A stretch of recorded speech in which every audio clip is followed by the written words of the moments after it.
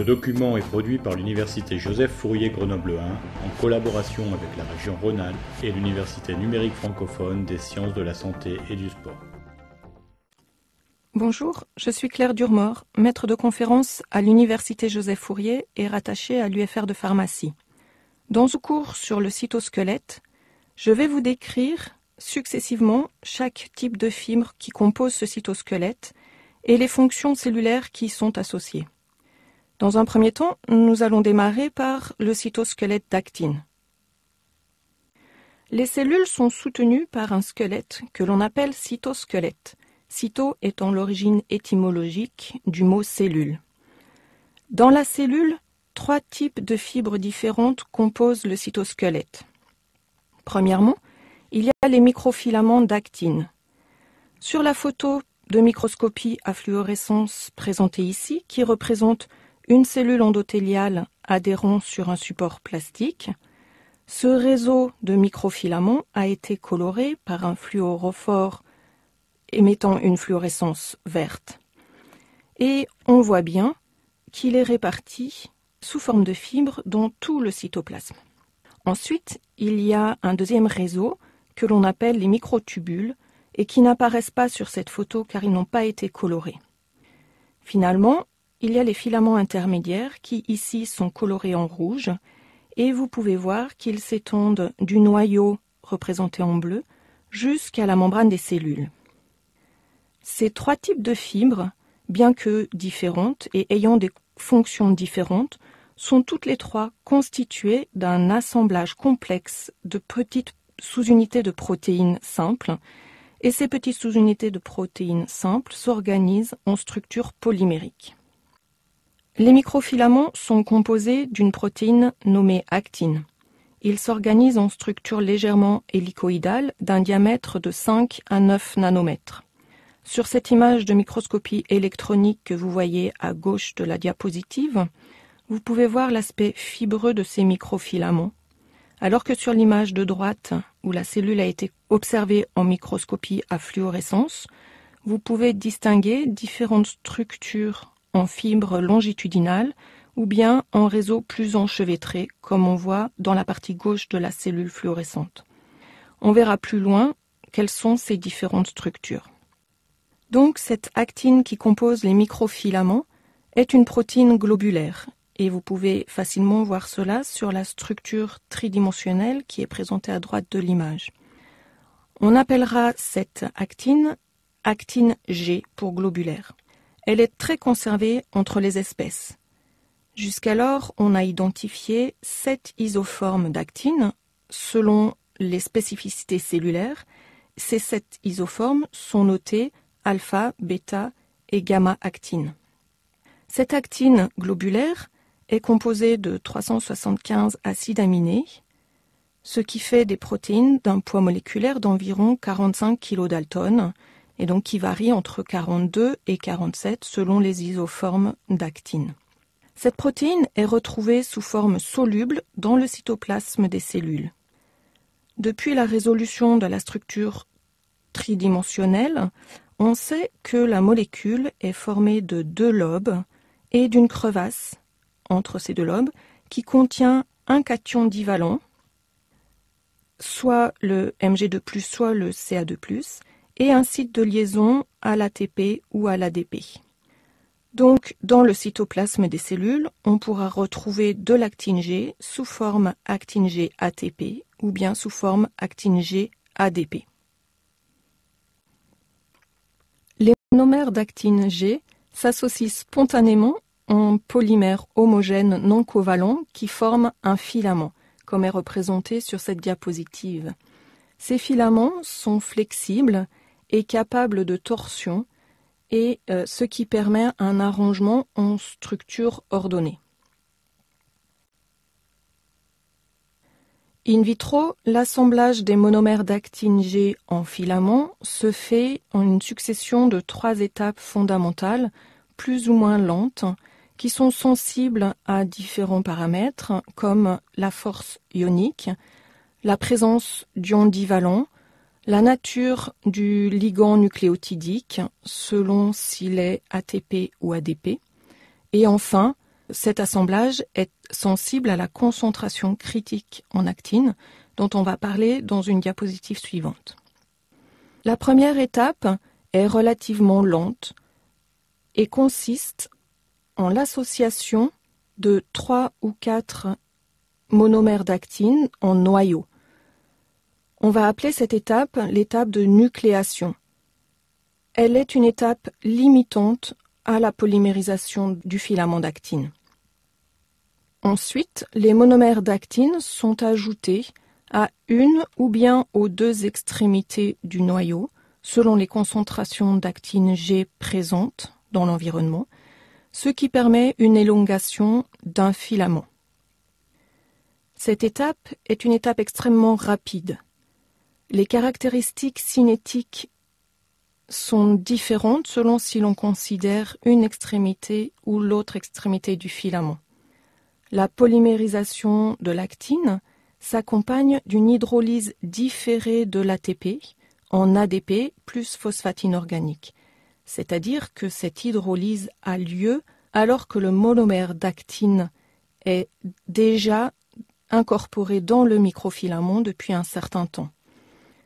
On voit bien sur ce schéma cet échange de l'ATP représenté par des triangles jaunes en ADP représenté en bleu.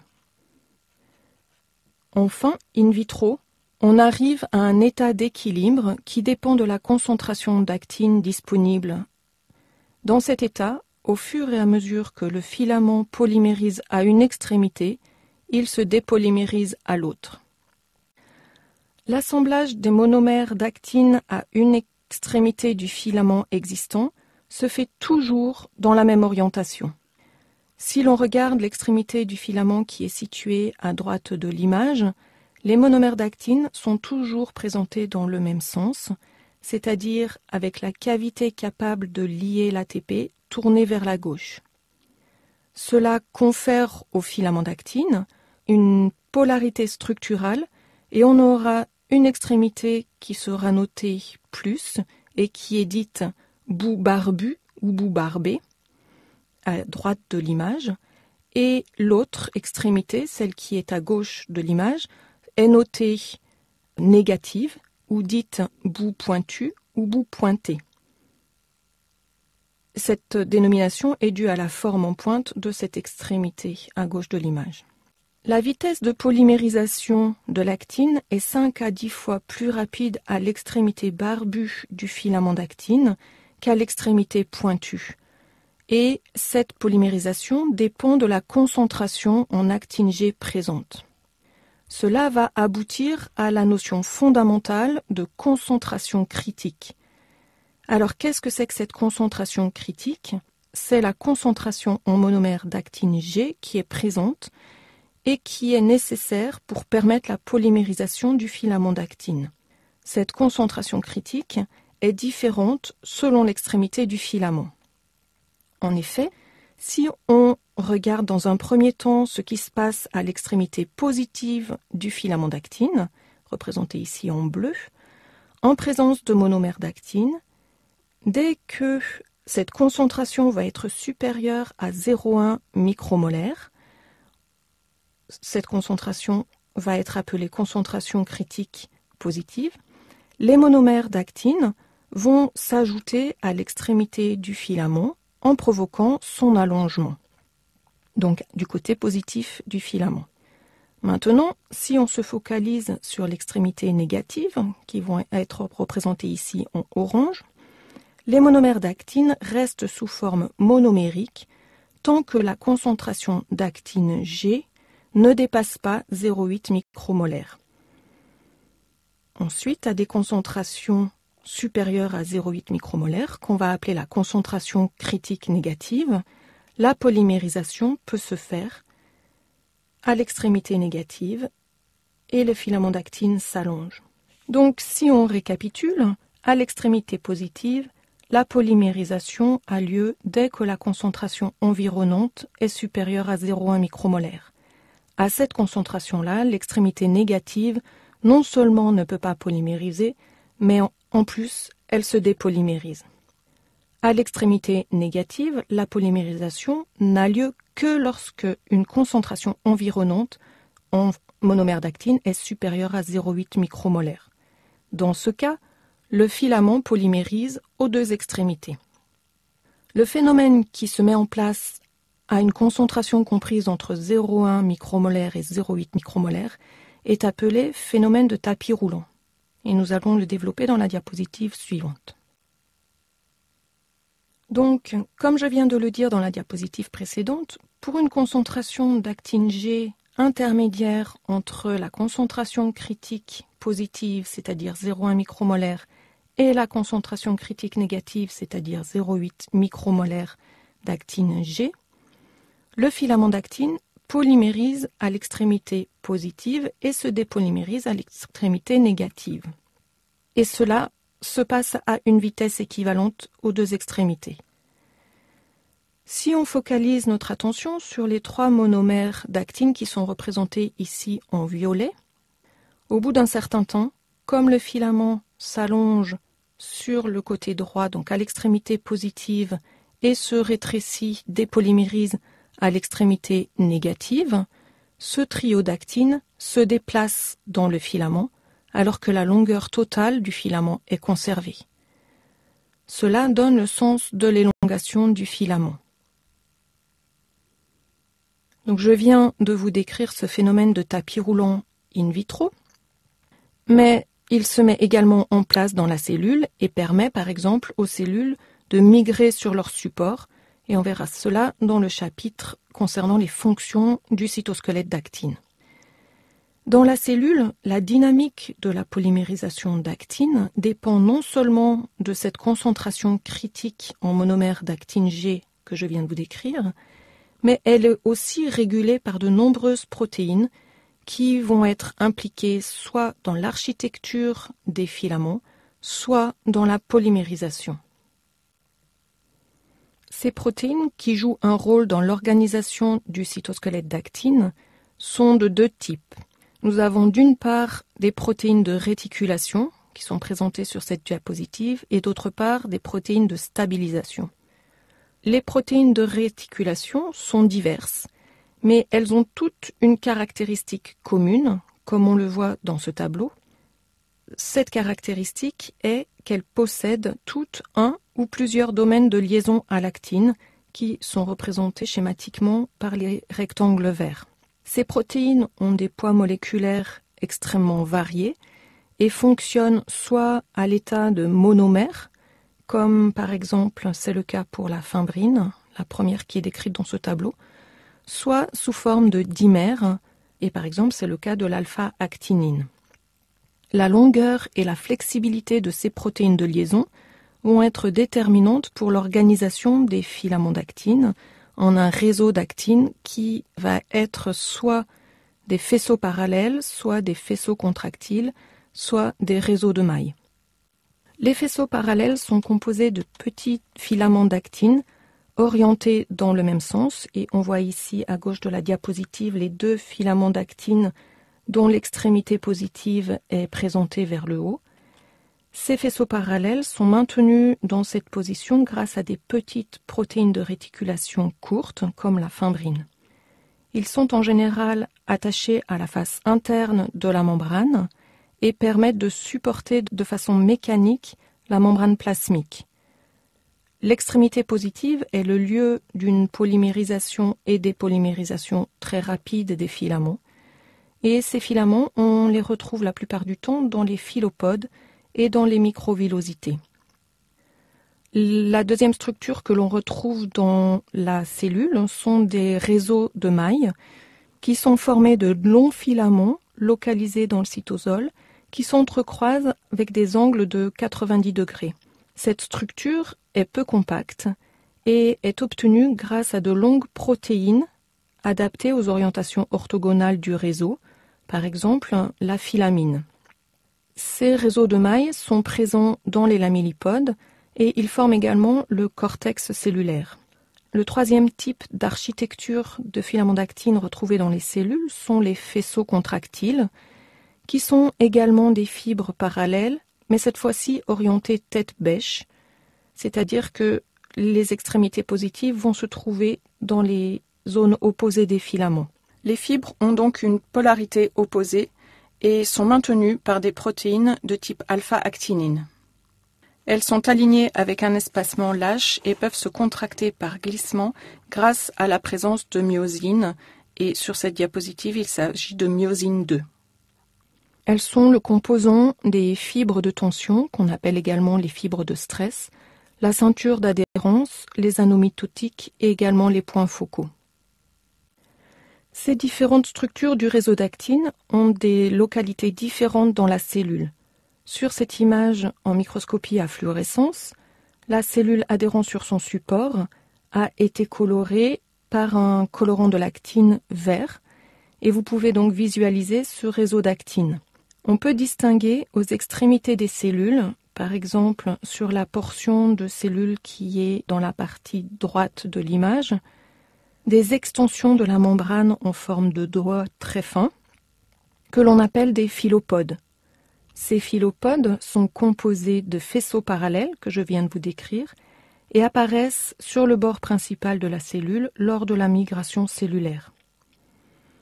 On peut également sur cette image voir des structures que l'on appelle des lamellipodes qui sont de fins feuillets de membrane toujours au bord principal de la cellule et qui avancent vers l'extérieur. Ces lamellipodes sont composés d'une architecture de réseaux de mailles et ils sont responsables de la migration des cellules sur leur support et confèrent une polarité à la cellule. C'est également le site de l'exocytose et d'une partie de l'endocytose par des puits recouverts de clatrine. Pour finir, sur cette image, on distingue également des points d'adhérence focale que l'on appelle encore des plaques d'adhérence.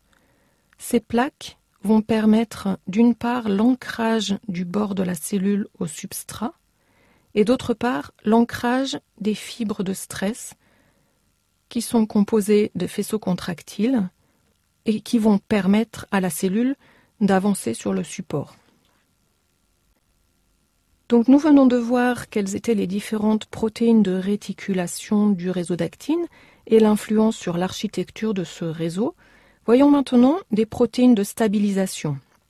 Ces protéines sont la tropomyosine et la troponine. La tropomyosine est une protéine extrêmement longue, de 40 nanomètres de long, qui comporte 7 sites de liaison au monomère d'actine. Ces molécules de tropomyosine se lient tête bêche entre elles et forment une longue chaîne qui, grâce à ces sites de liaison à l'actine, va s'entourer autour du filament d'actine. Donc cette protéine est représentée par les fibres marron sur cette image. La troponine est, quant à elle, un complexe de 3 protéines, TNI, TNC et TNT. Elle est toujours retrouvée en association avec la tropomyosine. De par leur attachement au filament d'actine, ces structures protéiques stabilisent les filaments d'actine et empêchent leur fragmentation par d'autres types de protéines. Comme je vous l'ai dit précédemment, la dynamique de la polymérisation des filaments d'actine dans la cellule est contrôlée par de nombreuses protéines qui sont capables de se lier soit à l'actine G, soit à l'actine F sous forme de filaments. Donc nous allons maintenant aborder ces différentes protéines. Elles sont de 4 types. Nous avons d'abord des protéines de nucléation, puis des protéines de séquestration des monomères d'actine G, des protéines de coiffage et enfin des protéines de fragmentation. Donc voyons tout d'abord les protéines de nucléation. Ces protéines créent un noyau de nucléation qui permettent d'initier la polymérisation de l'actine G en microfilaments. C'est la première étape de l'initiation de la polymérisation d'actine. Dans la cellule, il existe différents types de protéines de nucléation et je vais vous en montrer aujourd'hui 2 types, le complexe ARP2-3 et la formine. Ce complexe ARP2-3 porte le nom des 2 premières protéines qui ont été identifiées, ARP2 et ARP3, pour Actin Related Protein 2 and 3. Ce complexe est en fait composé de 7 sous-unités protéiques, dont ARP2 et ARP3, et 5 autres complexes, P16, P20, P21, P34 et P40, Dans la cellule, ce complexe sert de noyau de nucléation sur la base duquel le filament d'actine va pouvoir s'allonger. La nucléation de l'actine ne se fait pas spontanément dans la cellule, même en présence du complexe ARP2-3. Il faut d'abord que celui-ci soit activé par un facteur que l'on appelle le facteur VASP.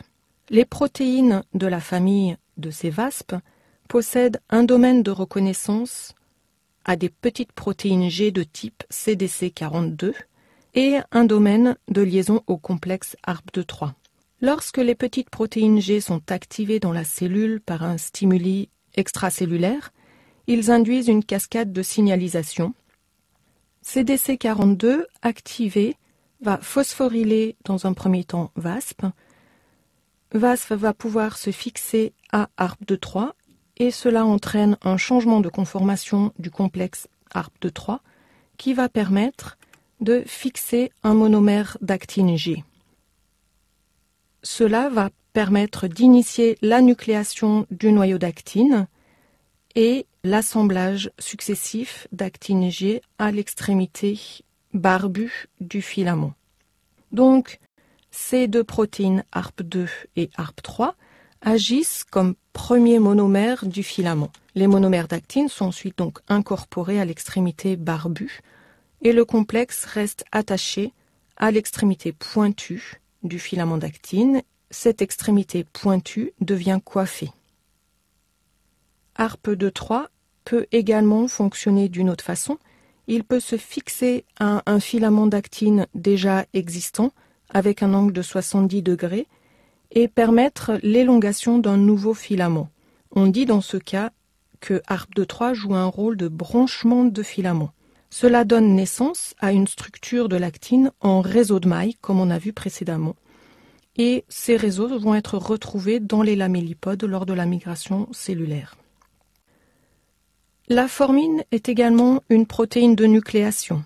Elle permet d'assembler les filaments d'actine en faisceaux parallèles et on va les retrouver spécifiquement dans les filopodes des cellules.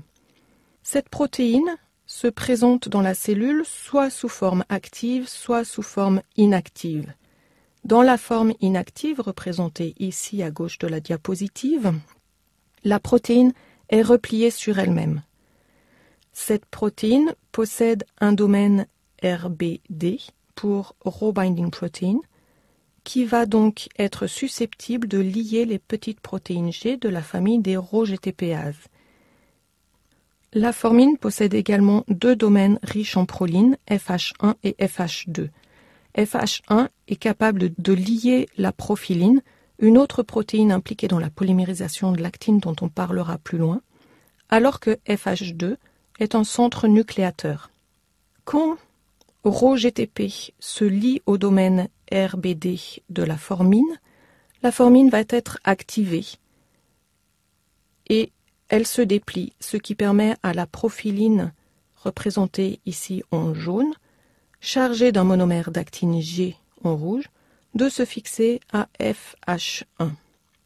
Ensuite, la profiline transfère son monomère d'actine G à la région FH2, ce qui permet de créer un noyau à partir duquel le filament d'actine va pouvoir s'allonger. Dans cette configuration-là, l'extrémité barbue du filament d'actine, c'est-à-dire l'extrémité positive, celle qui polymérise, est située en contact avec la formine. Voyons maintenant les protéines de séquestration. À l'heure d'aujourd'hui, on en connaît principalement trois: la thymosine bêta-4, la profiline, la twinfiline. Ces protéines interagissent avec les monomères d'actine G et permettent de maintenir un pool intracellulaire d'actine G. Tout d'abord, la thymosine bêta-4. C'est une toute petite protéine de 5 kilodaltons. Elle contient 43 acides aminés qui sont peu structurés en solution. En revanche, la protéine se structure en hélice alpha lorsqu'elle se lie à l'actine G dans un complexe équimolaire. La fixation de la thymosine bêta-4 sur l'actine G induit un changement de conformation de l'actine qui devient rigide. Et cette rigidité inhibe l'échange nucléosidique et empêche l'intégration des monomères d'actine dans un filament d'actine. Les monomères restent donc séquestrés dans le cytoplasme cellulaire. La profiline, le deuxième type de protéine de séquestration, est une protéine de la famille des ABP, Actin Binding Protein, de 15 kilodalton. Les rôles physiologiques de cette protéine sont extrêmement complexes car ils sont très variés. Cette protéine se lie à l'extrémité barbée des monomères d'actine, donc de l'autre côté du monomère par rapport à la liaison de la thymosine bêta-4 que nous venons de voir. La profiline a une meilleure affinité pour les monomères d'actine ADP que pour ceux d'actine ATP.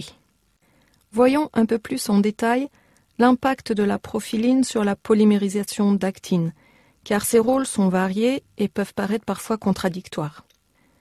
Donc, comme nous venons de le voir, la liaison de la profiline à l'actine G sous forme ADP dans un rapport mol à mol provoque un encombrement stérique qui ne permet plus l'incorporation de ces monomères dans les filaments d'actine. Les monomères d'actine GADP vont donc être séquestrés dans le cytoplasme et constituent un réservoir disponible en fonction des besoins de la cellule. Cependant, la fixation de la profiline au monomère d'actine G provoque également l'ouverture du site de liaison nucléotidique, ce qui permet l'échange de l'ADP contre de l'ATP et le renouvellement d'un pool de monomères actine G ATP disponible pour la polymérisation. Lorsque la profiline se retrouve liée à l'actine G ATP, l'extrémité négative du monomère reste toujours disponible pour être intégrée à l'extrémité barbue du filament d'actine, puisque c'est le sens normal de l'ajout des monomères. Donc, dans ce rôle-là, la profiline peut favoriser l'élongation du filament d'actine. Pour finir, comme nous l'avons vu précédemment, la profiline a une grande affinité pour les régions riches en proline du domaine FH1 des formines, et dans ce cas-là, à nouveau, la profiline favorise l'élongation des filaments d'actine. Donc des rôles controversés, soit de séquestration des monomères d'actine G dans le cytoplasme, soit au contraire une potentialisation de la polymérisation par un échange ADP-ATP du monomère d'actine et la disponibilité de ces monomères pour former des nouveaux filaments d'actine. La troisième protéine connue pour être une protéine de séquestration est la twinfiline. Cette protéine a une très grande affinité pour les monomères d'actine G ADP. Et là encore, cette interaction se fait dans un complexe mol à mol. Cette interaction inhibe l'échange nucléosidique. Or, les monomères d'actine GADP ne peuvent pas être incorporés dans des filaments d'actine. Donc, en empêchant le renouvellement du pool d'actine GATP, la twinfiline inhibe la polymérisation des filaments d'actine. Un deuxième rôle a été identifié pour cette protéine, c'est un rôle de protéine de coiffage dont on va parler dans les diapositives suivantes. Les protéines de coiffage sont des protéines qui se lient aux extrémités barbées, c'est-à-dire aux extrémités positives des filaments d'actine F, et du coup elles empêchent l'ajout de nouveaux monomères d'actine. La twinfiline est capable de jouer ce rôle de protéine de coiffage. Effectivement, associée à un monomère d'actine G, elle peut se lier à des protéines CAP, dont on va parler dans la diapositive suivante, et ainsi se lier au filament d'actine, empêchant l'assemblage d'autres monomères. Les protéines CAP, pour capping proteins, sont une famille de protéines qui s'associent au filament d'actine par des interactions électrostatiques, comme on le voit représenté sur la partie gauche du schéma en bas. Cette liaison de la protéine CAP au filament d'actine va induire un changement de conformation d'une région flexible des protéines CAP et cette région flexible peut alors pivoter et vient recouvrir le dernier monomère d'actine situé à l'extrémité du filament. Cela rend complètement inaccessible l'extrémité barbue du filament et empêche l'ajout d'un autre monomère d'actine. Donc le filament va être coiffé et ne pourra plus polymériser à cette extrémité-là. Voyons maintenant la dernière catégorie des protéines régulatrices de la polymérisation de l'actine. Il s'agit des protéines de fragmentation. Dans la cellule, il existe plusieurs protéines de fragmentation. Elles sont, comme leur nom l'indique, capables de cliver les filaments d'actine F. Les principales protéines de fragmentation connues aujourd'hui sont la cophiline et la gelsoline.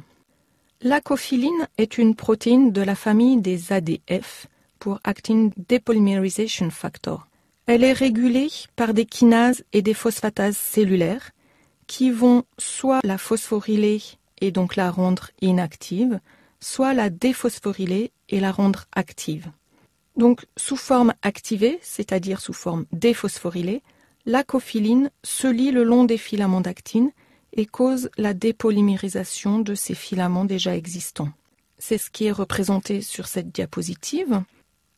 Pour dépolymériser les filaments d'actine, la cophiline met en œuvre deux mécanismes différents, soit la fragmentation des filaments, ce qui entraîne l'apparition de petits fragments courts de filaments d'actine, soit la dissociation qui va générer des monomères d'actine isolés. Dans ce cas, comme représenté à droite de l'image, la cophiline activée se lie aux filaments d'actine au niveau où les monomères d'actine sont sous forme ADP. Ensuite, elle dissocie ces monomères par l'extrémité pointue du filament et rend disponible un pool de monomères d'actine G ADP dont la cellule pourra se resservir ailleurs. La gelsoline, quant à elle, permet la transition gel-solution, c'est-à-dire qu'elle permet la transition du réseau de mailles en monomère d'actine G dans le cytoplasme. Cette gelsoline agit en 4 étapes successives. Tout d'abord, la gelsoline est capable de lier le calcium, ce qui provoque un changement de sa conformation et l'exposition de sites de liaison à l'actine. Ainsi liée au calcium, la gelsoline peut alors se lier le long du filament d'actine F de façon parallèle à l'axe du filament. Ensuite, dans une troisième étape, la gelsoline clive le filament d'actine. Après le clivage, la gelsoline reste associée au filament d'actine, comme on le voit dans le schéma de cette étape 4, et elle joue ainsi un rôle de protéine de coiffage. Le filament qui a été clivé, lui, se dissocie et libère les monomères d'actine G ADP qui seront récupérés par la prophyline et pourront être réactivés en actine G ATP. Donc, dans les diapositives précédentes, nous avons vu les deux catégories de protéines capables de se lier à l'actine. D'une part, les protéines d'architecture des réseaux d'actine, puis les protéines qui régulent la polymérisation des filaments. Il existe une troisième catégorie de protéines capables de se lier à l'actine, qui sont en fait des protéines motrices. Il s'agit des myosines. Ces myosines sont une famille de protéines dont 14 membres ont été identifiés à ce jour. Ces protéines sont composées d'une chaîne lourde et de chaînes légères. On les retrouve dans la cellule, soit sous forme monomérique, comme représenté à gauche de l'image, soit sous forme dimérique, comme représenté à droite. Chaque chaîne lourde de myosine comprend deux parties, une partie fibreuse qui s'assemble entre elles pour former des dimères, ou qui s'assemble avec d'autres types de protéines cellulaires, et une partie globulaire dite tête. Cette tête possède d'une part un domaine d'interaction à l'actine et d'autre part un site de liaison à l'ATP et une activité enzymatique. Quelles que soient les myosines, elles se déplacent toutes le long du filament d'actine vers l'extrémité barbée du filament, c'est-à-dire l'extrémité positive. Les rôles variés des différents types de myosines proviennent de la grande variabilité du domaine fibreux qui est responsable de la liaison à d'autres molécules. À titre d'exemple, la myosine 1 est une protéine qui reste sous forme monomérique, c'est-à-dire qu'elle ne forme pas de dimère de myosine. Elle contient donc une chaîne lourde et des chaînes légères qui sont des chaînes calmodulines. La myosine 1 est localisée proche des membranes plasmiques des cellules, dans les microvillosités et dans les filopodes des cellules. Son domaine fibreux est capable de lier différentes choses. Soit il lie des vésicules de sécrétion, comme la partie basse du schéma de droite, et donc par cette liaison, la myosine 2 va permettre de transporter ces vésicules vers la membrane plasmique, vers l'extrémité positive des microfilaments. C'est le mécanisme d'exocytose. D'autre part, la myosine 1, toujours par son domaine fibreux, est capable de lier d'autres filaments d'actine. Le déplacement des têtes de myosine sur les filaments d'actine entraîne le déplacement d'un filament par rapport à l'autre dans le sens indiqué par la flèche bleue sur ce schéma. Un autre exemple, la myosine 5. Cette fois-ci, on a affaire à une protéine dimérique, dont les chaînes légères sont là encore des chaînes calmodulines. Cette myosine 5 est impliquée dans le transport des vésicules, comme on vient de le voir avec la myosine 1. La myosine 2, quant à elle, est un composant du muscle squelettique. Elle est organisée en dimères et sa région fibreuse est extrêmement longue. Plusieurs centaines de myosines 2 interagissent par cette région fibreuse et s'assemblent de façon parallèle les unes par rapport aux autres. Les têtes globulaires dépassent en périphérie de ce filament que l'on va appeler le filament épais de myosine 2 qui est représenté à gauche de la diapositive. Les têtes globulaires accessibles interagissent avec les microfilaments d'actine recouverts de tropomyosine et de troponine spécifiques du muscle squelettique et dont on a déjà parlé plus haut. Le déplacement des têtes globulaires de myosine sur les filaments d'actine va permettre la contraction musculaire. Dans le schéma qui est présenté ici à droite, on a affaire au même principe de contraction, mais ce schéma n'engage que 2 dimères antiparallèles de myosine 2 qui sont liés sur 2 microfilaments d'actine antiparallèles, que sont les fibres de stress. Le mouvement des myosines entraîne leur déplacement l'un par rapport à l'autre, ce qui permet la contraction des fibres de stress. Et ce mécanisme est impliqué dans la migration cellulaire. Ici est schématisé de façon plus précise ce mécanisme de déplacement des myosines. Quel que soit le type de myosine, le principe est le même. Pour permettre de visualiser plus facilement l'avancée du filament d'actine, un monomère du filament a été coloré en jaune. Sur toutes les vignettes, il s'agit du même monomère et vous pouvez donc d'emblée voir qu'il se déplace vers la droite, ce qui est le sens de l'avancée du microfilament. Donc, la première étape commence par l'association d'une molécule de myosine sur le monomère jaune du filament d'actine. Ensuite, la myosine capture une molécule d'ATP, représentée ici par un T, ce qui entraîne une dissociation provisoire des 2 molécules. La myosine ayant une activité enzymatique ATPase hydrolyse l'ATP en ADP plus phosphatine organique, ce qui provoque un redressement de la molécule qui bascule de la droite vers la gauche. Dans un 4e temps, le phosphatine organique est libéré, permettant à la myosine sous forme ADP d'interagir à nouveau avec un monomère d'actine, cette fois-ci un monomère gris.